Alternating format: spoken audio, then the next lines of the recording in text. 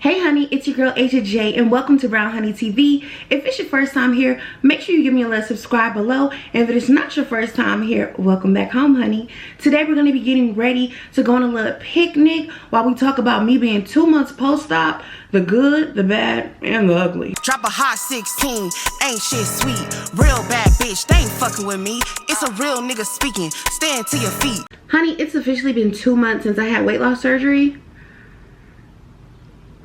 And what the hell have I gotten myself into? All the time people ask me like, would you recommend weight loss surgery? Would you recommend weight loss surgery? And let me just tell you this. I felt like for me, I can only speak for me, it was genuinely, not to say my only choice. When I thought about my options, do I want to have weight loss surgery, get a tool in place that's going to help me, regulate me, put me in a lifelong calorie deficit? Or do I want to work hard for the rest of my life to lose this weight and keep the weight off? Now, it's some things that comes with picking this side. Let's get into it. A lot of people ask me about the post-op gas pains. Me personally, a person that just does not do a lot of pain, they weren't horrible, but at the same time, child, I didn't know what was going on. Like, I feel like I won't really know pain until I like try to deliver a baby. Then I'm gonna know some real peasy, okay, for sheezy. But I feel like it was definitely bearable. I did a lot of walking. My surgery started at 1 something and then I finished about 3 something. And the first recollection of time that I had that I was like fully conscious of, it was like 7 p.m. Soon as I could get out of that bed, I said I need to get up. When I had the TT, that was very interesting because I hadn't had anything to drink that whole morning. You can't drink the day of surgery. And they will ask you, did you drink anything? And don't lie to anesthesia because I don't know if your lives will end in your life. But it was really interesting. When I woke up, I had to TT. So I get up, I go pee. The nurses, 2 nurses came with me. And I tried to wipe myself. And I clearly had lost my wig already in the sense that, girl, you just had surgery. Ain't no wipey wipe. Ain't no wipey wipe. So luckily for me, my nurse did do the honors of wiping my behind. And mind you, it just was TT, but you know, when you got all this thigh meat and stuff going on, you got to make sure it's all clean or you're gonna be walking around pissy. And that's something personally, I was pissy post-op. I was so pissy.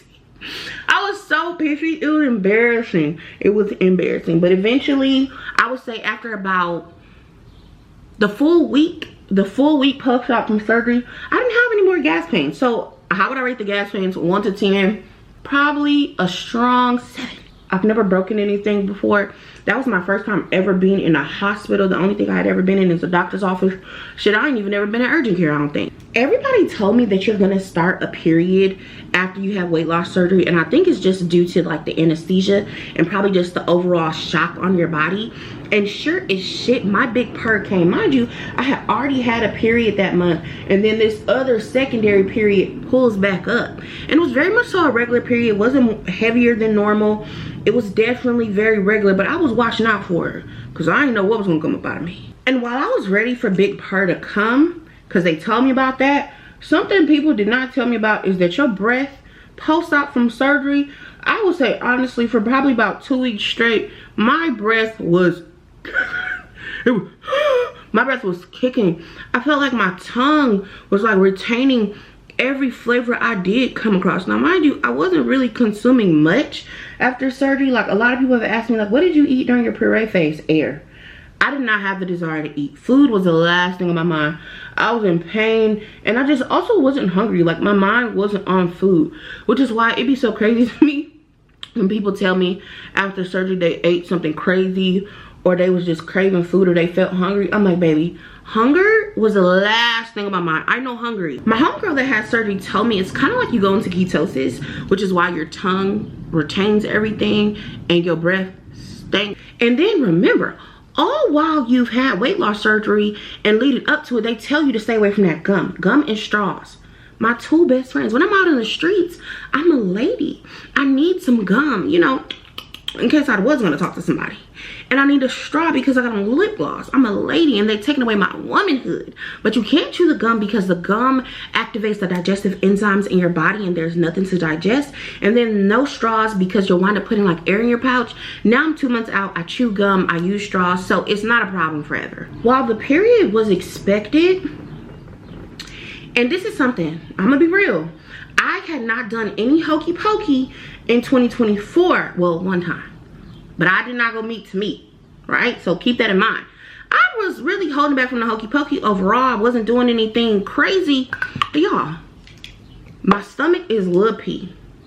Down there, big P. It was something off about her.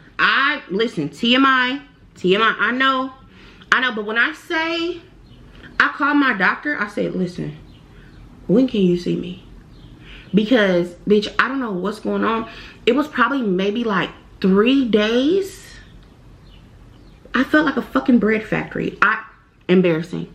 But if you don't want to talk about the real, you know this is not the space for you. I was a motherfucking bread factory, baby. I was yeasty.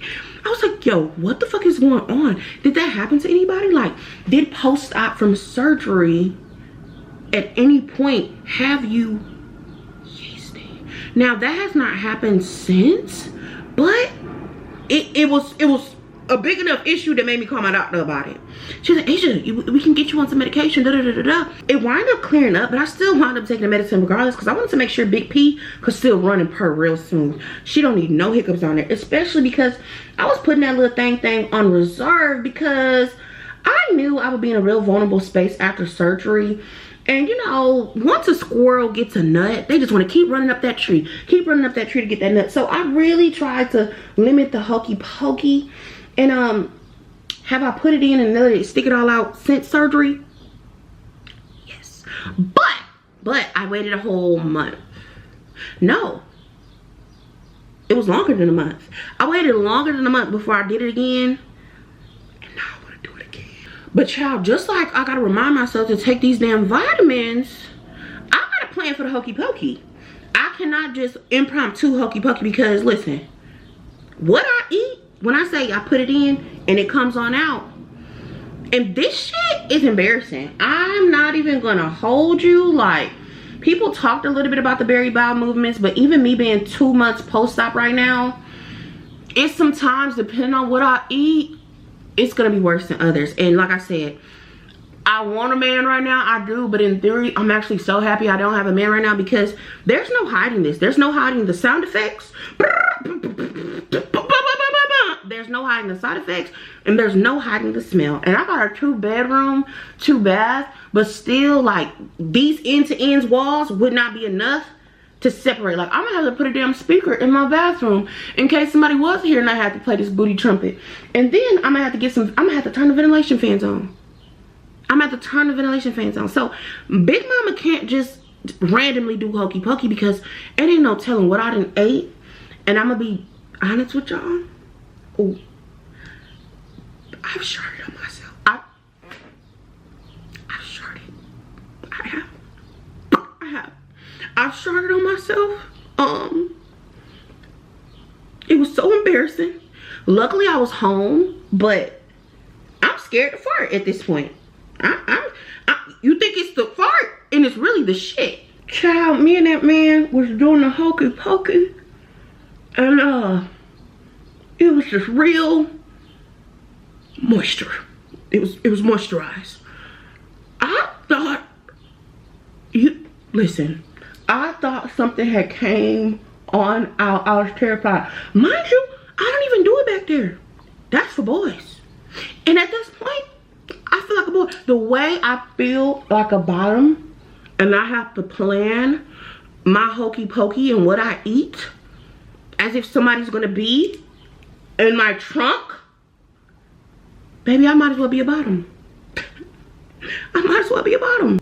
And I feel like a part of this whole weight loss surgery thing that I never really thought about is like, when do I tell a man that I had weight loss surgery?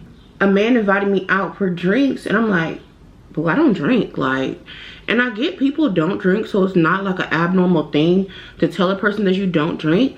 But oftentimes people wonder why. Oh, why don't you drink? And I'm like, Yeah, my intestines got chopped up, rearranged, and my stomach is this big now. Do I tell them that? This dude I used to kick it with invited me out to Wing Wednesday at our favorite spot that we used to go to. And I'm like, baby, you don't even know what them wings will do to me. If I try to go up in that establishment and have them wings, I won't even make it out. I remember I went to the Freeman for live music night, and I had just a nibble of my friend's catfish. I mean, a little nibble. But earlier that day, I did have a couple fries. Greasy food, just in general, it locks my stomach up, and she locks down quick. I remember looking directly at the bathroom. It was directly in front of me. But I just knew that if I would have went in there and did what I had to do, I would have ruined everybody's experience. So next door to the Freeman, they got this little door connecting to this other spot. It was singular bathrooms, but I didn't have as much shame because I didn't have to sit in a room with them people. Something else was like telling a man that I had surgery. I also don't want it to come across as like, hey boo, yeah, I'm big now, but I'm about to get smaller. Because bitch, who cares? You know what I mean? So I feel a little awkward about it still. I have no clue like how I plan to approach that. I'm kind of in an area right now where I don't really even want to talk to men. I just started back talking to dudes recently, and I'm already like, I don't want to be here. Child, I kept seeing that black wife trend on TikTok. So I said, you know what? All of the white men that try to talk to me, they look like the befores. Let me start talking to them and giving them a little bit of love. So I started talking to this young man. His name is Young White Man. Let's just call him that. I started talking to this young white man. We chatting and shit. This man, in my dating app bio, I got tacos or nachos. So where he's working right now, he damn near in Mexico. So he's like, yeah, I can make your bio come true. And I was like, oh yeah, grant my wish, genie. And he was like, you may not be ready for that. Bitch, why wouldn't I be ready for tacos or nachos? So I'm like, why wouldn't I? He says, cause I spoil and I show love with food. Bitch, I done met a feeder. So I said, don't tell me you like keeping big girls big. And he was like, what's wrong with that? I said, for me, everything. I've lost 116 pounds and I'm only going to be losing more. So then he's like, how? And of course I tell him, I'm like, oh, I have weight loss surgery, da-da-da. So we keep talking and shit, but I'm like, I'm out here meeting feeders. I'm out here meeting men that want to get me bigger than I am already biggest. But child, he got one of them good blue collar jobs. So we going to just see where this works. We going to see what he talking about now. If he trying to get me plump, he going to get dumped. But if he not, we might make things hot. He actually just messaged me right now. He's falling asleep because he's a nighttime worker. So of course he's a daytime sleeper. So he said, don't get mad if you don't hear from me. I'm about to knock out. I said, LOL, I know you'll be thinking of me when you wake up, so I'll hear from you.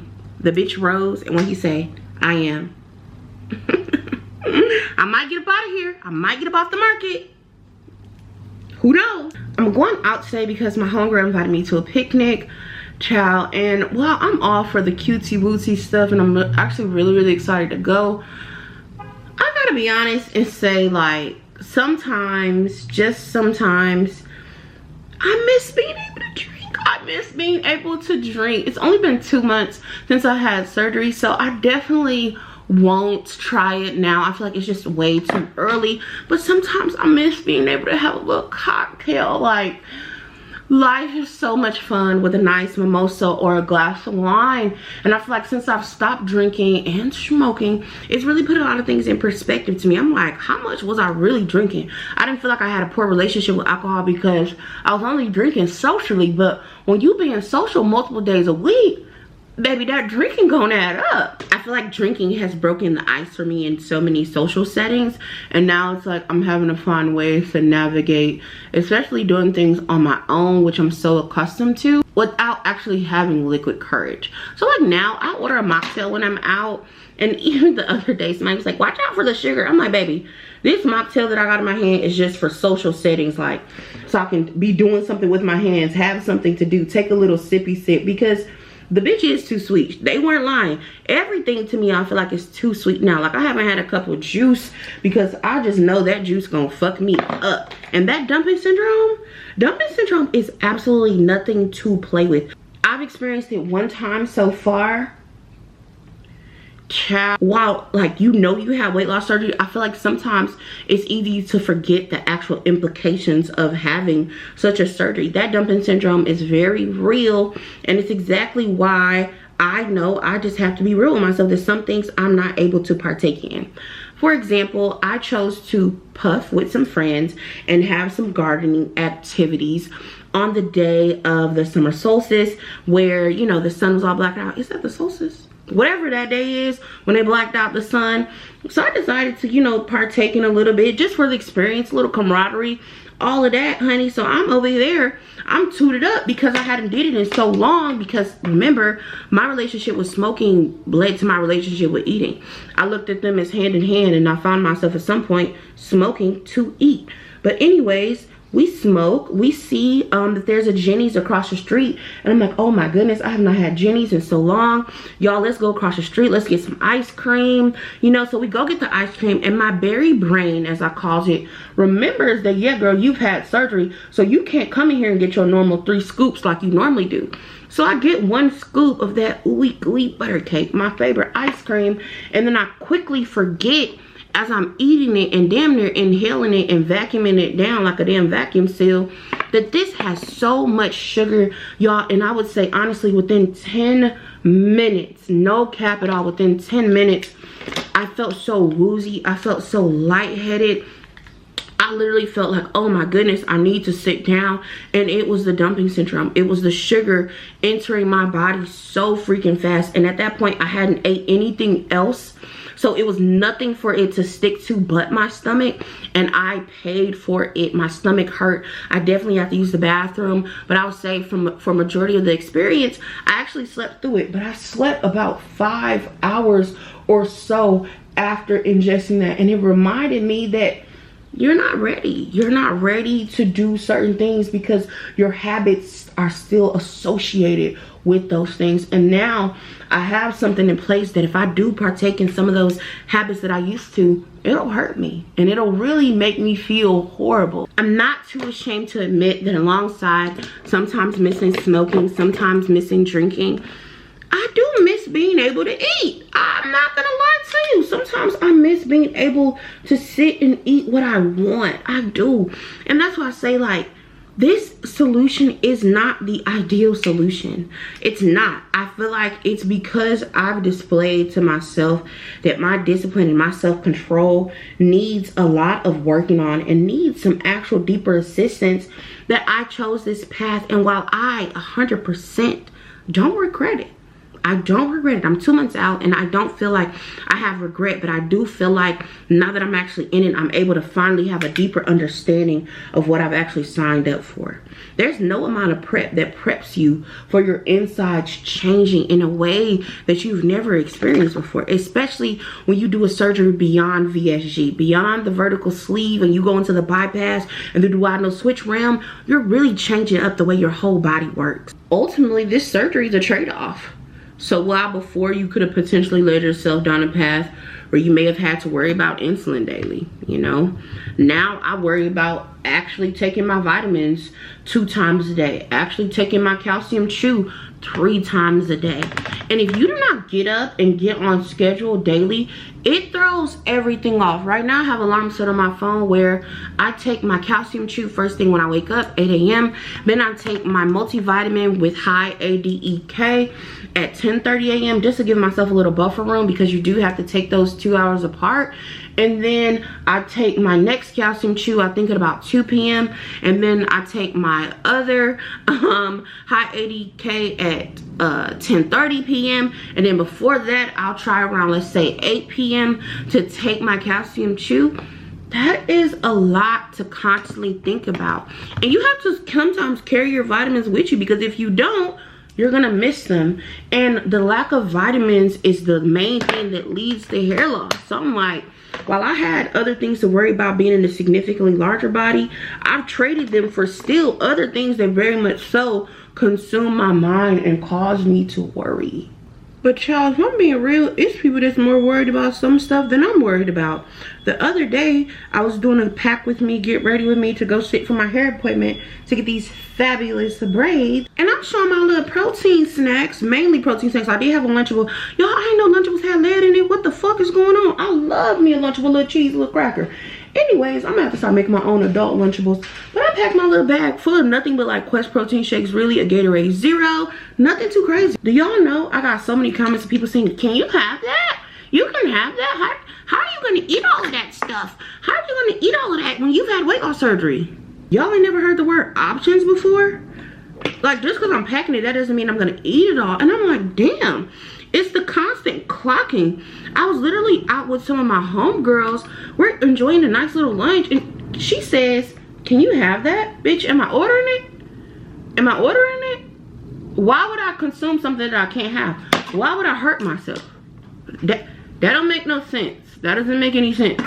And mind you, my protein goals are so important to me. Not just for the sake of maintaining my hair, which that is so important, but also for the weight loss journey. I know by now that protein is really the key to losing weight and keeping weight off. And I've been so concerned that I'm not getting enough protein through the liquids, because in the beginning, those milk-based protein shakes and me were not fucking with each other. I could not consume them for nothing. So I was really missing a lot of my protein goals until I could start eating actual food. And the reality is my stomach is so small, I'm not going to be able to get all of my 100-gram daily protein goals that my doctor set forth for me through food. So I have no choice but to eat liquids and also find snacks that work, that stay down, so that I can hit those goals. My favorite protein powder right now, protein shake, is the ISO 100 brand. It is the Fruity Pebbles. It literally tastes just like the milk and cereal after eating all the cereal. That has 25 grams per scoop, and I make it with almond milk. I really do feel like I got kind of like a little resistance to dairy right now. I genuinely don't think my stomach is actually fucking with it, and I don't want to push it, but I kind of do want to see if I would take well to having some of my old fave dairy-based protein shakes, like the cinnamon roll from Premier, or my old fave that I was drinking right before surgery, that good old strawberry banana from Core Life. That was damn good, and a lot of grams per protein. Sometimes your body will not like the stuff you used to like, whether it's because your taste buds taste different, or it's because the inside and the way it reacts, you just can't consume it anymore. And it feels like kind of sometimes a loss, because some of these foods are your favorite, whether they were comfort food or things you just enjoyed socially with other people. You're really a whole new you.